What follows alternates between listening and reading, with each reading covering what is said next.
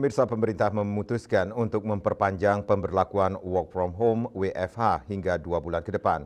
Hal itu dikemukakan Menteri Koordinator Bidang Perekonomian Airlangga Hartarto pada Kamis 21 Mei. Langkah ini diambil mengingat kondisi geopolitik dan perang yang melanda kawasan Timur Tengah belum berakhir.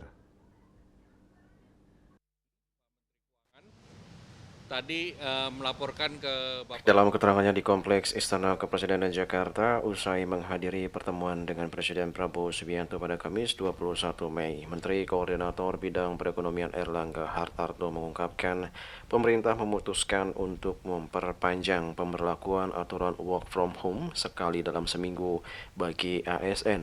Airlangga menyebut aturan itu akan diperpanjang hingga 2 bulan ke depan. Adapun alasan diperpanjangnya aturan WFH, menurut Airlangga tiada lain untuk menjaga momentum pertumbuhan ekonomi nasional di tengah situasi ketidakpastian global dan perang yang melanda kawasan Timur Tengah yang saat ini masih berlangsung.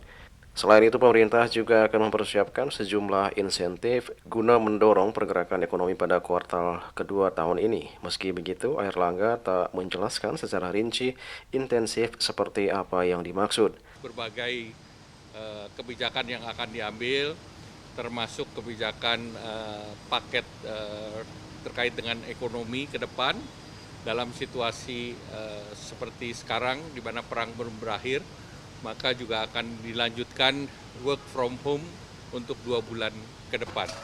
Dan selain itu juga ada beberapa insentif yang sedang dipersiapkan oleh pemerintah untuk mendorong agar ekonomi di kuartal kedua bisa bergerak.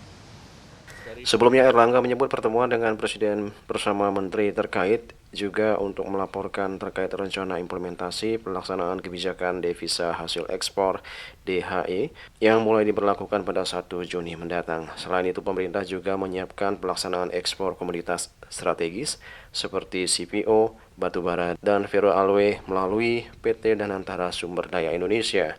Lebih lanjut, Airlangga menjelaskan saat ini pemerintah tengah menuntaskan seluruh instrumen regulasi pendukung agar implementasi kebijakan berjalan tepat waktu. Bahwa berbagai instrumen regulasi, baik dari Permendak, dari BI maupun dari Menteri Keuangan juga akan disiapkan dan akan sebelum 1 Juni itu akan diselesaikan.